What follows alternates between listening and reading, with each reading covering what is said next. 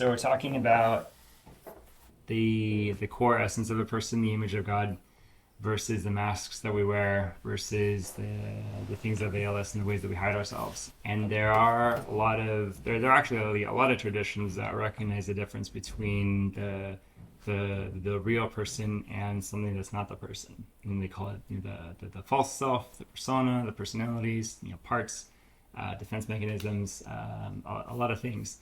But we didn't fully talk about what is actually like the self, other than saying it's the image of God. And that was actually something that I was thinking as well, trying to think, okay, so what is the true self? What is who is the authentic self? We talk about, I don't know, it's become this like pop culture, cliche thing of like, be your true self, be your authentic self. And it usually ends up, depending on how it's portrayed in media or how it gets done, it usually ends up being like, you when you're really angry, or you sleeping around with whoever you want to sleep around with or something, as your true self. Sometimes there's an artistic component to it. And there is a way that artistry can bring out some deeper portions of you. But, again, I don't think we could rightly say any of those are like the fullness of who you are. So more of the connection in my head, which those who know more, correct me. But if we're in the image of God and God is love, well, God is many things and He's unknowable, but He tends to represent Himself as being love.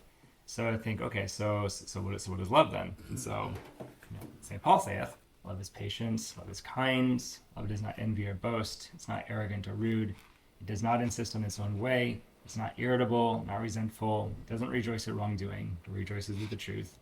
Love bears all things, believes all things, hopes all things, endures all things, it never ends. And there's a sense of, talk about how, first we know in part and we prophesy in part, but later, we see in a glass darkly, but we come to see things more clearly. And so there's a sense of clarity that is developed. And I think we can look at this as saying, so that's, what is that describing? It's not necessarily like here's a set of actions as much as a mindset, as much as a way of being, or just the overall structure of what a personality might be. And so you could say, in one sense, or I'm gonna start the ping here, and we could explore from there. You are your true self when you are being patient, when you're being kind, when you're long suffering, when you're seeing less darkly, your mirror is less clouded, you're rejoicing with the truth, you're bearing all things, believing all things, you're having hope. There's something, love endures, so there's something that's strong about it. And two, so kind of have a sense of, well, if we're looking for a true self, that might be a good starting point, this constellation of qualities. Something about talking about masks, I think, is really effective for recognizing this isn't me. This is an extension of me, something covering me, not my true self. But there can be, maybe, depending on my crazy brain, a way that talking about masks can almost have this like sinister feel, or this necessarily like unhealthy feel. Sometimes talking about something like a part, talking about the same thing might allow for something like my cooking part. I like to cook. That's nowhere near my true self. It's an extension of me. When I cook for people or for myself, that's not necessarily me trying to like avoid intimacy or mask over pain. It's a part of me. It's something that I do. Or we might say it's an unburdened part of me, or it's a mask that's not really like a corrupted one. Different than like when I get like really angry, or when I or when I get really obsessive. Like that's much more like there's problems there. But from a psychological perspective, we say so the parts of us, most of the time they start off adaptive. We'd say our personality is the collection of overall adaptations and responses we developed to survive our environments. And we needed to survive our environments, so we needed all of those things. We don't still need most of them, and that's where we get into trouble, is some of these adaptations, some of these survival mechanisms get just blown out of proportion, or we start to cling to them really tightly. Or we start to think, well, I adapted, maybe my environment there was no emotional nurture, there was no parental investment, I didn't have any friends. And so in order to be okay, I had to tell myself I don't need anybody. And I had to tell myself I'm okay without people over and over and over again until I believed it. And I got through childhood. I figured out how to study, how to get a job, how to do my things, and I'm fine with that.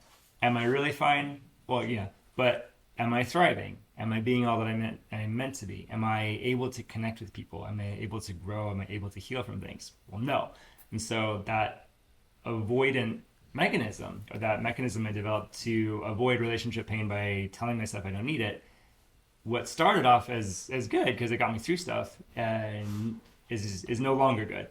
That mask that I put on, it's corrosive now, and so I need to then become aware of it and recognize, well, the actual true me is meant for connection, and not an obsessive connection, but like a gentle connection. And so, but only by first becoming aware of, oh, I'm wearing this mask, and I have this avoidant part, can I then begin to understand it, soften it, let it go, try on some other things. So talking about chapters 4, 5, and 6, lust, shame, and fantasy, fun topics. So a couple brief thoughts kicking off chapter 4, talking about lust. So this is like mostly a me summary, not another quote. But we could say big idea in this chapter, lust, or we could say in this case the pursuit of pleasure, is a way of masking myself from others, masking myself even from my own pain. The greatest pains are in relationships, so then naturally I'm drawn to things that imitate what a relationship offers. This book talks a lot about pornography, so the porn image in particular, there's imagery involved, so it can kind of mimic what we need relationally. Also, the intensity of pleasure rather than the nurturing of intimacy. That's an important distinction to note when you go into an experience or go into a relationship. A lot of people will confuse intimacy for intensity, the intensity of pleasure. They're not the same thing. And as Williams talks about, true purity or healing is not found in eliminating the desire. Like we've said, the desires themselves are not the bad things, but in transcending the desire to find the true source of its meaning, or the true thing that we're desiring. The neuroscience of all of this is really fascinating, because something like alcohol, something like pornography, it does involve dopamine, the pleasure hormone that our body naturally secretes. We don't usually become addicted to just like, broccoli and potatoes. Much as we might like broccoli and potatoes, especially with a lot of butter and garlic, they're pleasant, they're soothing, but it doesn't give you that, that spike of pleasure. And so why is pornography addictive? Why is cannabis addictive? Why is sugar addictive? We have that experience of eating a lot of sugar, drinking a lot, looking at pretty images, and it triggers dopamine in our brains. So our nervous system recognizes that as pleasurable, but not just pleasurable. So say the brain scientists, when the brain encounters something deemed good for survival, it tags it with that dopamine. Mm-hmm. The idea is to help you recognize it, remember it, and be drawn to seek it out again. You're running around, hunting, gathering, doing whatever our ancestors are supposed to have done. You're going to need a lot of energy. So something like berries or fruit, it's good for short-term energy. So it's brightly colored, it's sweet. There's a little bit of a dopamine kick. The idea is that that's supposed to communicate to the brain, I'm good for survival, remember me, here's some pleasure to create the memory, blah, blah, blah. And so it goes from there. And then, so say the people that really hold to the disease model of addiction, the brain gets hijacked. And they say, well, so what about cocaine? Cocaine, gives you a lot of dopamine. Is that good for survival?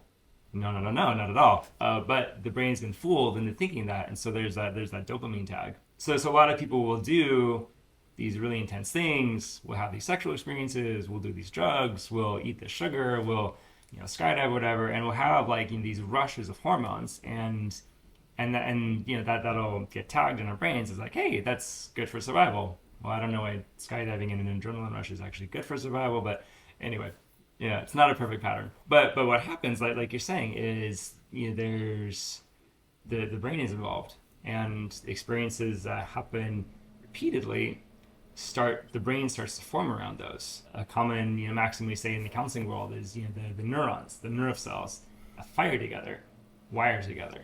So the things that we do often become easier to do more often, more likely to do more often, including the thoughts we think, the feelings we feel. And so then we get beyond just addiction, but now dependence, physiological, psychological dependence. And that's often where we see these really extreme cases of I'm doing this thing, it's really bad for me and I can't stop. Why can't I stop? It's not just I have, whatever childhood pain that I'm masking, but also my brain has now built itself around this experience. if we take this discussion more the direction of like, what is addiction, and then how do we recover from it? There's that initial onslaught of like withdrawal symptoms, like anhedonia. I don't care about anything anymore. I can't feel pleasure or delight anymore. It's not always like major depression as much as like I'm me again. I'm me without the masks. I'm me without the intensity, and that has to be gotten through. And a major part of that is again not stopping at just abstinence, but now these folks need to be taught how to live and shown how to live, and they need community in which to do that, which is where we all come in, as we get to be that. So you brought up a point which I wanted to talk about with this chapter, and that, so you mentioned like the trophy wife, the trophy girlfriend. We'll talk about parents. So it's a parenting thing to have their golden child. So the golden child, the trophy wife, trophy husband. Let's be fair. So what is going on here? What does it have to do with lust? So he talks a lot about idolatry as part of what happens with masks, and how we can understand that is when I see the person, I'm not seeing the person. I'm seeing a mask, and I really like that mask, and that's all I like about the person.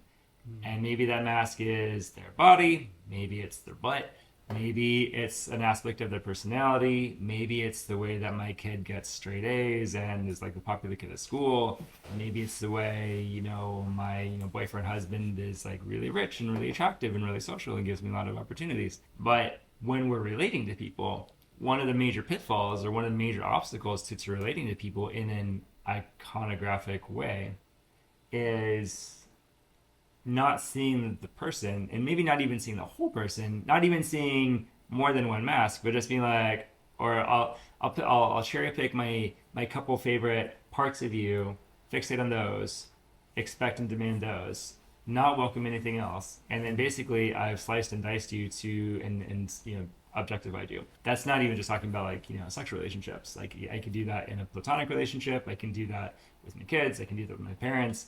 So we would need to be really, really careful of that, to both recognize when am I fixated on this or that part of a person, and the counterpart that we've been kind of talking about too. When do I only let this person see a couple parts of me?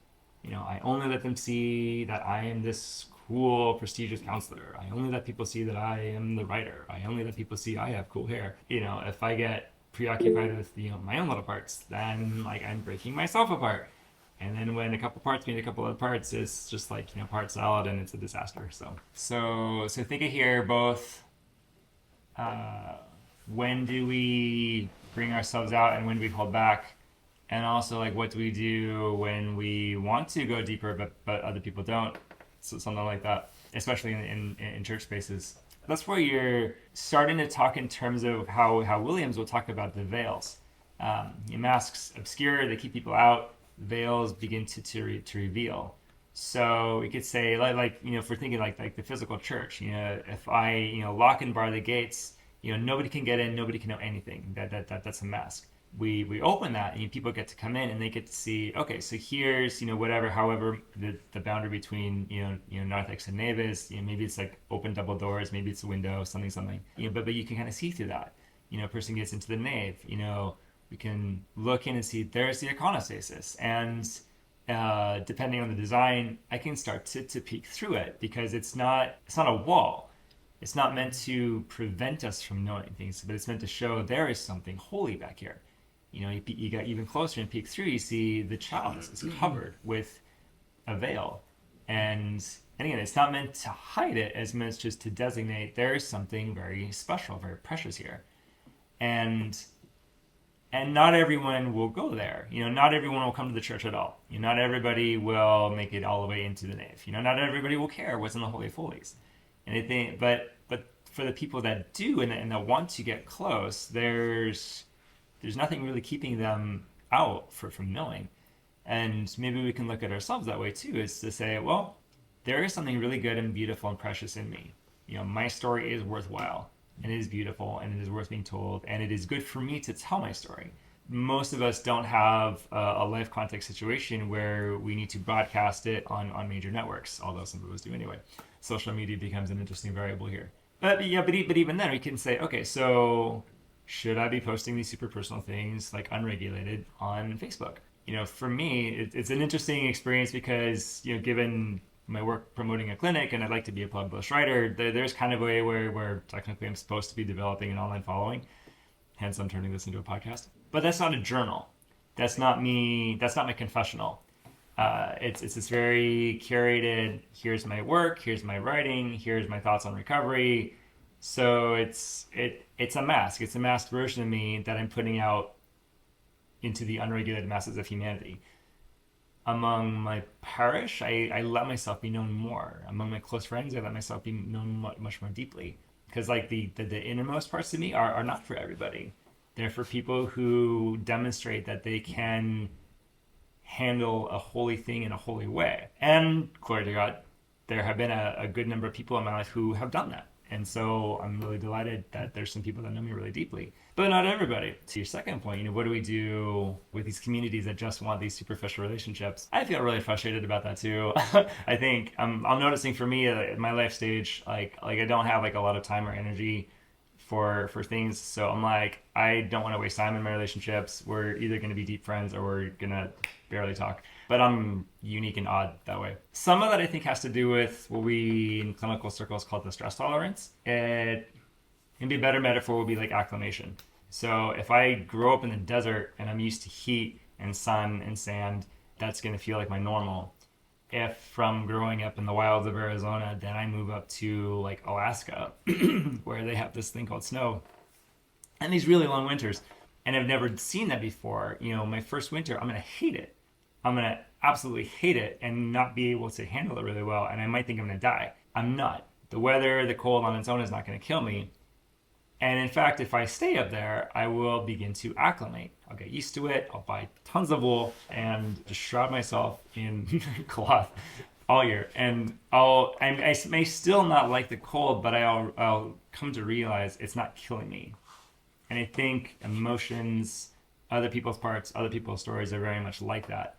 It's an act of will, and it takes effort to get close to someone and to hold a curious space for who are you? Who's your story? Especially if you're very different than me, especially if there's parts of you that I find offensive.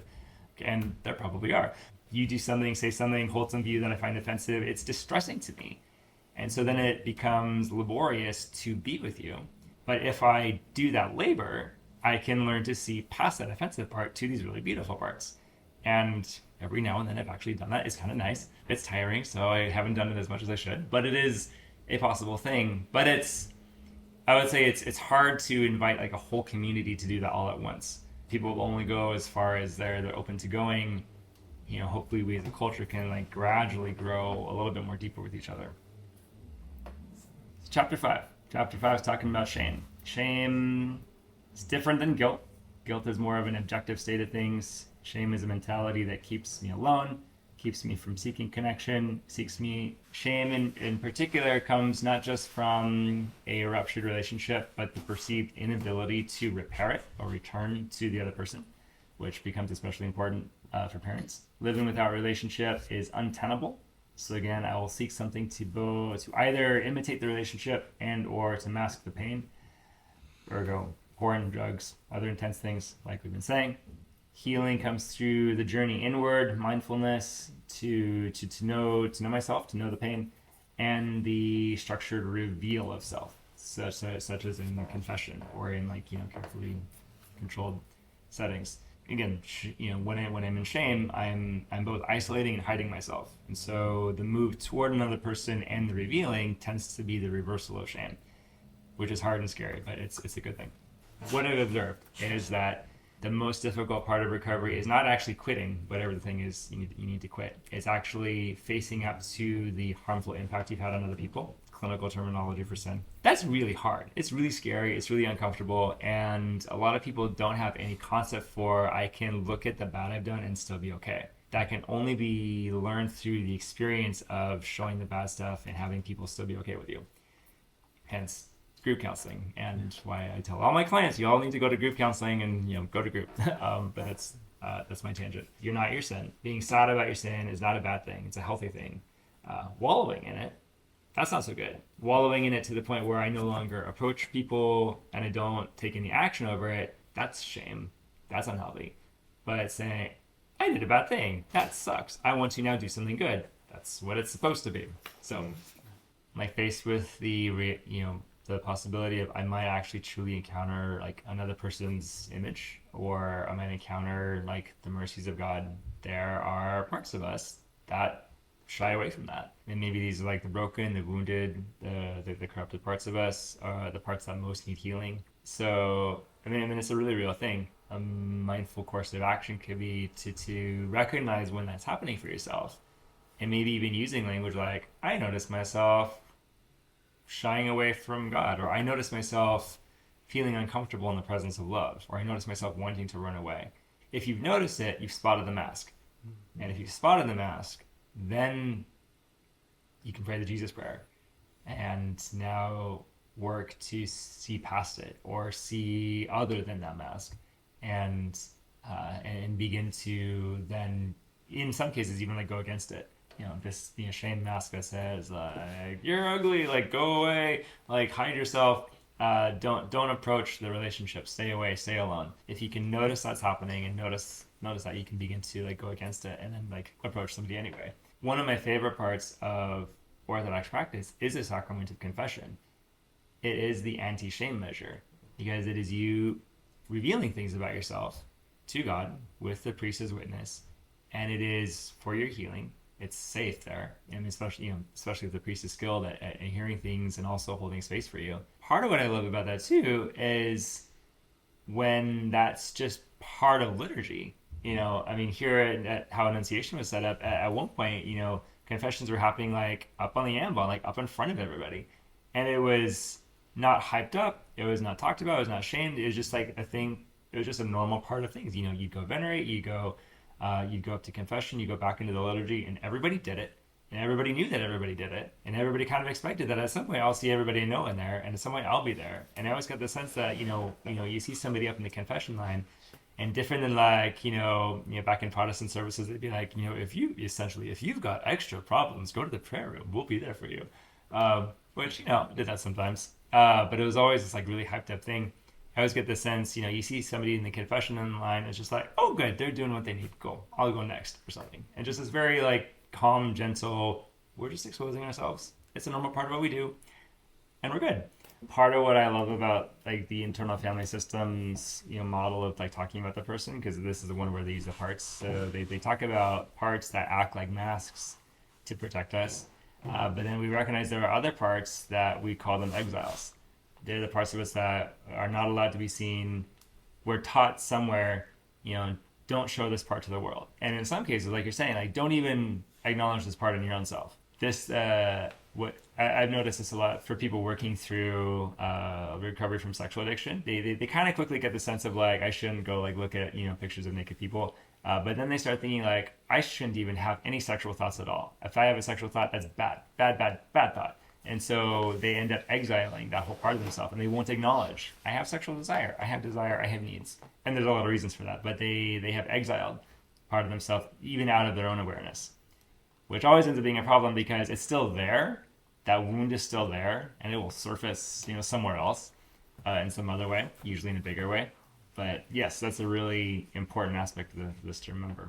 Yeah, and I mean, it's a very fine line for parents, because as we're raising these humans, I would say if we can avoid shaming or exiling parts of our kids, that would be great. But at the same time, we also have to teach our kids. We can't condone everything that they do or every part of their personality. Like, I don't know, one of my kids, part of his personality right now is like walking through the house just making like random abrasive noises. So he has this abrasive noise part. Great, we love him. We can say we love that part of you outside. So there's room for a teaching and a shaping and a maturing. But yes, it's this extremely fine line.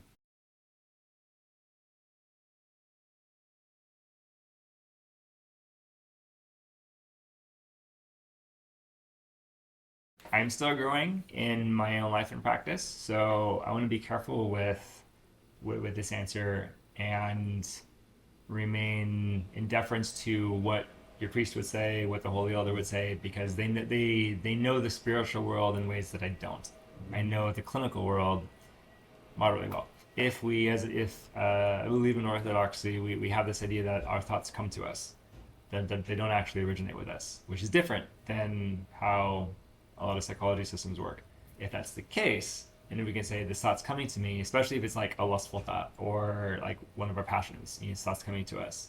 And if that's the case, then yes, cutting it off, not letting it in, is a good approach. Even with that, though, part of what we can do though is, I don't know. So using me, so it's me. It's 11:48 p.m. I'm really tired. I'm online. That's a bad combination. So I get this thought of like, you should look up such and such and such and such, and like, blitz your mind out on this and this and that. So that's a thought coming to me. I can, well, what I should do is take action, just close enough and go to bed. Maybe that's okay. But anyway, so that thought's coming to me. I could say, oh, I hate that thought. Try not to think about that thought. Don't think about that. Don't think about that.